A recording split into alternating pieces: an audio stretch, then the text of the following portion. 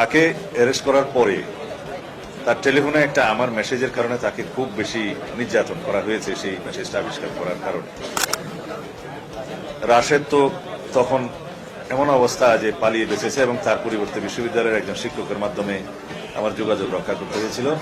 আমি নির্বাসিত জীবন থেকে যাদের সাথে সবচেয়ে বেশি যোগাযোগ রক্ষা করতে পেরেছি তার মধ্যে নূর এবং রাশেদ সবচাইতে উল্লেখযোগ্য। তাদের মাধ্যমে আক্তারের সাথে যোগাযোগ হয়েছে ইনডাইরেক্টলি, সরাসরি আমি আক্তারের সাথে কথা বলতে পারিনি। ছাত্র গণ অভ্যুত্থানের রক্তঝরা দিনগুলোতে সেই সময়কার প্রতিনিয়ত যোগাযোগ, আন্দোলন পরিচালনা করা, সবসময় আলাপ আলোচনা এবং পরামর্শ নেয়া, এগুলো তাদের মাধ্যমে জারি ছিল। বিভিন্ন অনুষ্ঠানে নূর এবং রাশেদ সেই কথা বলেছে।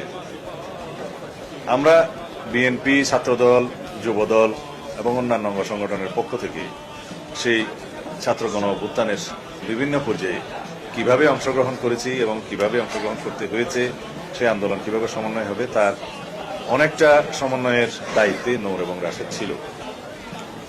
তাকে এই কথাগুলো হয়তো ইতিহাসে এইভাবে লিপিবদ্ধ থাকবে না, কিন্তু এগুলো আমাদের ছাত্র গণ অভ্যুত্থানের সফলতার পিছনের বাকি অনেকের মতোই ইতিহাস। তাতে ছাত্র অধিকার পরিষদ হয়ে গণ অধিকার পরিষদ পর্যন্ত বাংলাদেশের জনগণের এবং এই দেশের স্বার্থ রক্ষার, এই দেশের সাম্য, ন্যায় বিচার এবং বৈষম্যহীন সমাজ ব্যবস্থা প্রতিষ্ঠার জন্য যে ধারাবাহিক সংগ্রাম, সেই সংগ্রামের এই বিকল্প নাম হচ্ছে গণ অধিকার পরিষদ।